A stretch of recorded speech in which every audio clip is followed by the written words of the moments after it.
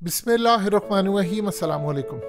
हालिया जब ISI ने होस्ट की मीटिंग दुनिया के 8 इंटेलिजेंस इदारों के चीफ की, यानी दुनिया के 8 ममालिक और उनकी टॉप इंटेलिजेंस एजेंसियां और उनके चीफ की मीटिंग, ये तारीख में बहुत रेयर केस हुआ है, ऐसा कम ही हुआ है। उसमें ईरान भी शामिल था, रशिया, चाइना और दीगर ममालिक, और होस्ट किया पाकिस्तान ने, और मामला डिस्कस हो रहा है अफगानिस्तान। जब यहाँ पर एक चीज डिस्कस हुई, इंटेलिजेंस चीफ थे, तो यहाँ पर पाकिस्तान की जानिब से, यानी हमारे चीफ की जानिब से और दीगर ममालिक के जो चीफ थे उनकी जानिब से इस बात पर जोर दिया गया कि ये जो पब्लिक के अंदर बयानात चलते हैं एक मुल्क के खिलाफ, फलाने मुल्क ने ये कर दिया, फलाने ने ये कर दिया, इससे मामलात मजीद खराब होते हैं और हमें ख़ास तौर पर ये काम नहीं करना चाहिए। जब याद रखिएगा, किसी इंटेलिजेंस एजेंसी का चीफ, जैसे पाकिस्तान की ISI का चीफ, अगर कोई बात कहता है, इस वीडियो की अहम डिस्कशन चलती रहेगी, लेकिन इससे पहले आप वीडियो को लाइक करें, हकीकत टीवी को सब्सक्राइब कर लें और बेल आइकन पर जरूर क्लिक करें। तो आप उसको हुक्मनामा भी समझ सकते हैं, आप उसको पॉलिसी भी समझ सकते हैं, वार्निंग भी समझ सकते हैं। इस पूरे खेल के अंदर पाकिस्तान ने फ्रंट से लीड किया, लेकिन उसके बाद ईरान ने फिर डबल गेम खेलने की कोशिश की है। अब ईरान की पार्लियामेंट के मेंबर हैं, ये आपकी स्क्रीन पर चल रहे हैं, इन्होंने इस मीटिंग के बाद डायरेक्टली इल्जाम लगाया है ISI के चीफ जनरल फैज हमीद पर। ये कोई छोटा इल्जाम नहीं है। इन्होंने इल्जाम लगाया है कि ISI के चीफ डायरेक्टली इन्वॉल्व है, खास तौर पर अफगानिस्तान के अंदर पंजशीर के मामले पर। उन्होंने कहा है कि ये लोग डायरेक्टली इन्वॉल्व थे, इन लोगों ने वहां पर हुकूमत बनाई। खास तौर पर जो अफगानिस्तान की नई कैबिनेट आई है, इन कैबिनेट के जो मेंबर्स हैं उनको चूज करने में ISI के चीफ का हाथ था, वो इसीलिए काबुल गए। और उन्होंने साथ ईरान को कहा है कि ईरान किसी सूरत पाकिस्तान को वो रोल प्ले ना करने दे जो पहले अमेरिका ने रोल प्ले किया था हुकूमतें बनाने और बिगाड़ने में। अब आप जरा अंदाजा कर ले ईरान की डबल गेम। इस बयान के बाद अब ईरान के फॉरेन मिनिस्टर जा रहे हैं इंडिया। देखिए, ISI चीफ ने जो वहां पर बातचीत की, उस वक्त तो ईरान के चीफ और सब ने हाँ में हाँ मिलाई, ठीक है ये मामला है, वैसा है। और जब चीफ बात करते हैं तो वो ऐसा नहीं है सियासतदान की तरह। मिसाल के तौर पर आप किसी वजीर से मुलाकात करते हैं, आपको पता सब होता है कि हुकूमत आपकी क्या कर रही है, लेकिन कोई सवाल ऐसा पूछ रहे थे तो कहते हैं कि ठीक है, हम अपनी मुतलका डिपार्टमेंट से पूछकर इस बारे में आपको मजीद आगाह करेंगे। ऐसा नहीं है, चीफ के पास सारी रिपोर्ट्स होती है, कौन कहाँ पर क्या करे, किसी क्या मुदाखलत है। इसके बाद जब ये बयान आता है ईरान की जानिब से, तो ईरान एक काम करता है कि पूरी दुनिया के अंदर एक नया खेल शुरू करता है। वो जी, मिसाल के तौर पर अब ईरान के साबिक सदर अहमदीनेजाद ने कोई बयान दिया, वो भी एस्टैब्लिशमेंट के एक हिस्से का करिंदा है, ये भी याद रखिएगा। हुकूमत के खिलाफ होना और अंदर पूरी बड़ी एस्टैब्लिशमेंट के एक हिस्से के साथ होना, वो एक अलग बात होती। अब उन्होंने बयान दिया और उसके साथ आप देखें, अब इस मेंबर ऑफ पार्लियामेंट ने दिया। ईरान के अंदर कोई भी हुकूमत की मर्जी के बगैर मेंबर पार्लियामेंट बयान नहीं दे सकता। साथ ही हुकूमत के अंदर ये बात आती है, जी ये ऑफिशियल वर्जन नहीं है, ये तो पार्लियामेंट के मेंबर की राय है। इंटेलिजेंस इदारों के अंदर ये बात अच्छी नहीं समझी जाती, और आज ISI के चीफ पर डायरेक्टली इल्जाम नाम लेकर ईरान के मेंबर ऑफ पार्लियामेंट ने लगाया, जिसको पाकिस्तान में शदीद गुस्से से देखा गया है। और अब वक्त है कि पाकिस्तान शट अप कॉल दे ईरान को, क्योंकि ईरान इस वक्त खेल रहा है बहुत बड़ी डबल गेम। असल में हुआ यूं है, ईरान एक तरफ इंटेलिजेंस चीफ की मीटिंग के अंदर जी हम आपके साथ हैं, मामला तय जी, अब मिलकर करना चाहिए, और दूसरी तरफ बैक साइड पर डबल गेम और इंडिया के साथ मिलकर दो ऐसे ममालिक हैं जो इस वक्त रो रहे हैं पंजशीर की फतह से, ईरान और इंडिया।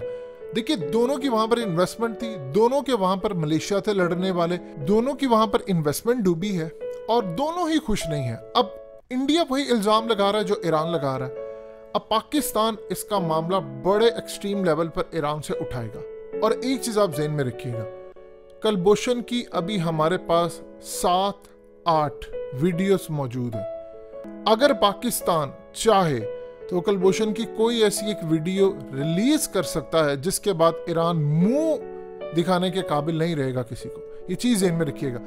हुआ यूं है कि ईरान को गुस्सा क्यों चढ़ा। देखिए, ऑलरेडी आपको तमाम पंजशीर का मामला सब चीज़ें बता दी, लेकिन असल में ईरान ने कहा था कि ख़ास तौर पर इनके यानी जो एक तो वो चाहते नहीं थे कि हक्कानी जो ग्रुप है वो तालिबान की हुकूमत में अपनी डोमिनेंसी ले।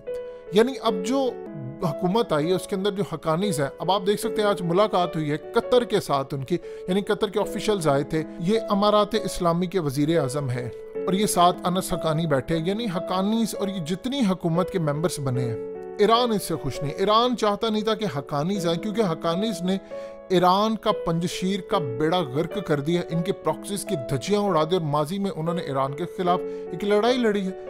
अब वो चाह रहे थे कि गवर्नमेंट के अंदर ताजिक आए, वो ताजिक जो ईरान के असल में एजेंट है उनको भी शामिल किया जाए। अब्दुल्ला आए, हामिद करज़ई के तो बहुत ज़्यादा चाहते थे, और इसी तरह वो पंजशीर से चाह रहे थे कि अहमद शाह मसूद को भी आप शामिल करें, और अगर अहमद शाह मसूद आता है तो फिर तो ईरान की हुकूमत भी बनेगी, यानी ईरान का अच्छा खासा असर और रसूख होगा। ये इसी तरह ही है जिस तरह आप किसी नवाज शरीफ जरदारी को भी साथ शामिल कर ले, यानी मोदी साथ अपने राहुल गांधी को भी शामिल कर ले। उसके बाद उन्होंने कहा कि अब्दुल्ला और हामिद करज़ई को हर सूरत शामिल करना चाहिए क्योंकि वो ईरान के करीब है। अब वो जब शामिल नहीं हुए तो उनको ये लगता है कि ISI के चीफ की वजह से शामिल नहीं हुए, ISI ने पूरा इसमें रोल प्ले किया है। इमरान खान ने असल में काम यही किया कि मोहम्मद बिन सलमान को फ़ोन किया, क्राउन प्रिंस को फ़ोन किया, एक तो ने कहा कि आप एड दें अफगानिस्तान को, और उनको तैयार किया कि आपको नई अफगान हुकूमत को तस्लीम करना है। उन्होंने नीम रजामंदी जाहिर की। सऊदी अरब को जल्दी नहीं है, UAE को जल्दी नहीं है, लेकिन वो फॉलो करेंगे चाइना को और पाकिस्तान को, क्योंकि अमेरिका ने भी तस्लीम करना है। ईरान को इस चीज़ का गुस्सा है कि उन लोगों को जो कि ईरान के फेवरेट नहीं है हुकूमत में ले आए, पाकिस्तान ऊपर से उनकी लॉबिंग कर रहा है और हमारे लोग शामिल नहीं है, लिहाजा उनको ये चीज़ खटक रही है। अब वो इंडिया के साथ मिलकर जो प्लान बना रहे, इस पर पाकिस्तान के इंटेलिजेंस इदारे शदीद नाराज़ है। उन्होंने इस पूरे खेल के अंदर एक तो ईरान से मामला था कि आप देखें कि कल अभी चीफ की मीटिंग हो रही है, एक होते हुए एक हफ्ता हो 2 हफ्ते हो, कल मीटिंग है तो आज एक आप मेंबर ऑफ पार्लियामेंट से बयान दिलवाते और साथ ये भी आ जाएगा कि जी वो ईरान का ऑफिशियल वर्जन नहीं है, ये तो किसी पार्लियामेंट का काम है। आप बताइए, पाकिस्तान की पार्लियामेंट से अगर PTI की हुकूमत है तो क्या नून लीग का कोई भी मेंबर उठकर ईरान के चीफ को कह सकता है कि ये दहशतगर्दी में मुलविस है? आप देखें ईरान इस वक्त कहाँ कहाँ, यमन से लेकर इराक से लेकर यानी शाम से लेकर दुनिया के किसी कोने में भी आप देख लें, ईरान ने अपने फाइटर्स भेजे हुए हैं। क्या दुनिया उनसे जब पूछती है तो ये आगे से कोई बात करते हैं? किसी ने कुछ इनके बारे में इस तरह की बात पाकिस्तान से नहीं कही। हमें पता है मामलात क्या है, लेकिन खामोशी इख्तियार किए रखे। ईरान असल में डायरेक्टली फाइट नहीं कर सकता, और जब भी लड़ाई करेगा प्रॉक्सी पीछे रहकर अंदर के लोग भेजकर, डायरेक्टली जब भी वो करेगा उसकी इतनी पावर नहीं है। लेकिन जब आप डायरेक्टली ISI के चीफ पर इल्ज़ाम लगाएंगे और उसके बाद फिर इंटेलिजेंस इदारों को अगर लगा कि कलभूषण की वीडियो जारी कर देनी चाहिए, तो उसमें बहुत सारे मामलात उसने ऑलरेडी बताए हुए हैं जिसको हम स्किप कर गए हैं। बहुत सारी चीज़ें पाकिस्तान ने रोक ली थी, उज़ैर बलोच के हवाले से, कलभूषण के हवाले से, क्योंकि चाइना बीच में इन्वॉल्व हुआ। उसने कहा कि नहीं, अब हम ईरान के साथ ताल्लुकात आपके बेहतर करवाएंगे। ये मामला पाकिस्तान उछाल सकता है। दूसरी सूरत हाल ये है कि इस वक्त चाइना के साथ पाकिस्तान ने राब्ता किया है। चाइना ने ऑलरेडी ईरान को कहा है कि आप इस मामले में पीछे हटे, यानी ये जो चीज़ें हैं बयानबाजी ये ना करे। खित्ता अब नई जंग का मुतहम्मिल नहीं हो सकता। इसके बाद अब इंटेलिजेंस इदारे डायरेक्टली चाइना के साथ राब्ते में कि आप ईरान को कंट्रोल करें, क्योंकि इसका हमसे ज़्यादा नुकसान हो रहा है चाइना को।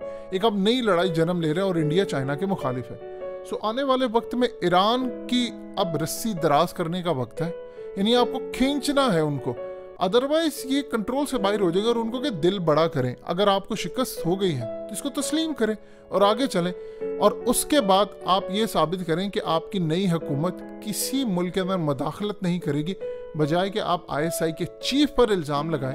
पहले आप देखें कि आप कितने मुल्कों में आपने अपने एजेंट भर्ती करवाए हैं जिनको आप $1200 महीना देकर उनसे लड़ाई करवाते हैं।